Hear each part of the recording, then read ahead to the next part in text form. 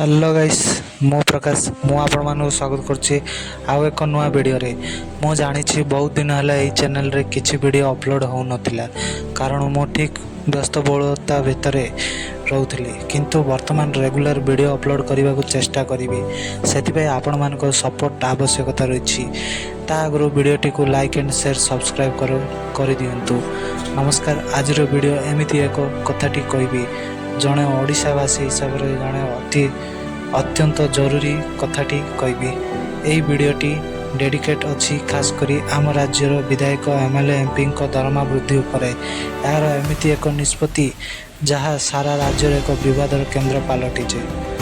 भावतु जड़े government school junior teacher भाव में अच्छा आपण सैलरी मात्र 15,000 टंका आपण से टंकार फैमिली मैनेज करुछंती 2 ରୁ 3 वर्ष है आपण प्रोटेस्ट करी आम जॉब को परमानेंट करा जाऊ किंतु सरकार आपण कथा शुणुना किंतु आपण मैंने हठात शुणा को पाइले जे आम राज्यर MP MLA दरमा हठात 3 गुण बढ़ीगला। यही टंका आपण मानक टैक्स रू से दि जाउछि। आपण माने यार रिएक्शन कौन देबे आसंतु पूरा कहानी को जानिबा कौन हैला काईकी हैला आ किपरि यार प्रभाव पड़िबो। पार्ट 1 कौन हैला। डिसेंबर 9 तारिख 2025 मसीह ओडिशा विधानसभा शीतकालीन अधिवेशन शेष दिन में 4टी बिल पास हैला ताहा पुणी बिना किछि वितर्क आ विरोध रे। आपण मन रे प्रश्न आसीबो जे एई बिल रे कौन थिला। एई बिल रे विधायक मानक दरमा वृद्धि निमंते थिला।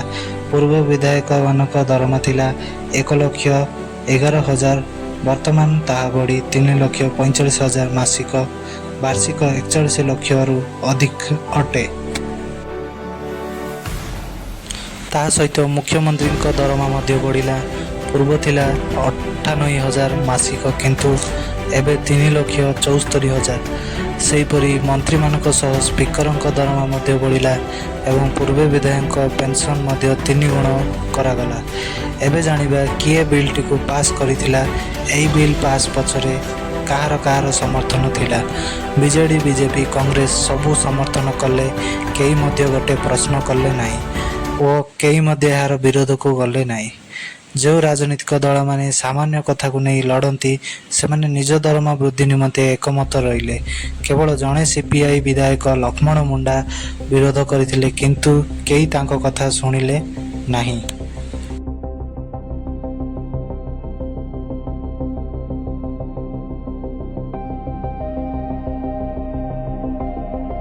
वर्तमान आमे माने जानिबा ओडिशा किपरि देशर सर्वाधिक विधायक को दरमा दौथिबा राज्य हैला। एबे आसंतु जानिबा तेलंगाना रे 2,50,000 दिया जाए, महाराष्ट्र रे 2,52,000 और उत्तर प्रदेश रे 1,87,000, कर्नाटक रे 1,16,000, दिल्ली रे 90,000 एवं केरल रे 70,000। देखंतु महाराष्ट्र देशर धनी राज्य सेठाकर विधायक दरमा कम। उत्तर प्रदेश देशर जनबहुल राज्य सेठाकर बड़ विधानसभा किंतु दरमा ओडिशार दरमा ठारू अधा पाउछंती। केरल परि शिक्षित राज्यर विधायक मानक दरमा केवल 70,000 पाउछंती। ओडिशा रे 5 भागरु 1 भाग ओडिशा आर्थिक स्थिति कौन जानिबा चलो। ओडिशा पर कैपिटल इनकम मनीष मुंड पिछा आय 1,83,000 वार्षिक। आमे देशर जातीय हाराहारी आय ठारू कम ओडिशार 16% लोक गरीब सीमारेखा तले आज भी रोचंती। प्रति वर्ष प्राकृतिक विपर्यय हुए आम राज्य रे। स्वास्थ्य शिक्षा क्षेत्र में आमे सबुठु पछरे। आसंतु जानिबा जदि विधायक मानकर सैलरी हाई होबो ओडिशा रे किपरि चाप सृष्टि होबो। ओडिशा रे 147 विधायक रुहंती। 147 विधायक इंटू 3,45,000 दरमा इंटू 12 मास यह हूँ 60 कोटी पाखापाखि।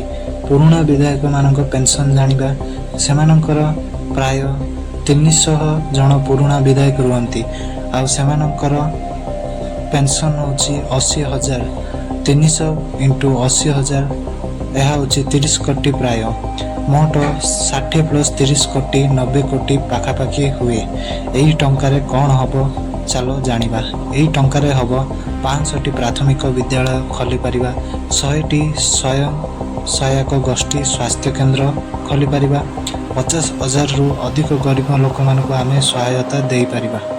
କିନ୍ତୁ ଏହି ଟଙ୍କା ବର୍ତ୍ତମାନ ବିଧାୟକମାନଙ୍କ ପକେଟରେ ଚାଲିଯିବ। ଏହାର ସମାଧାନ କ'ଣ?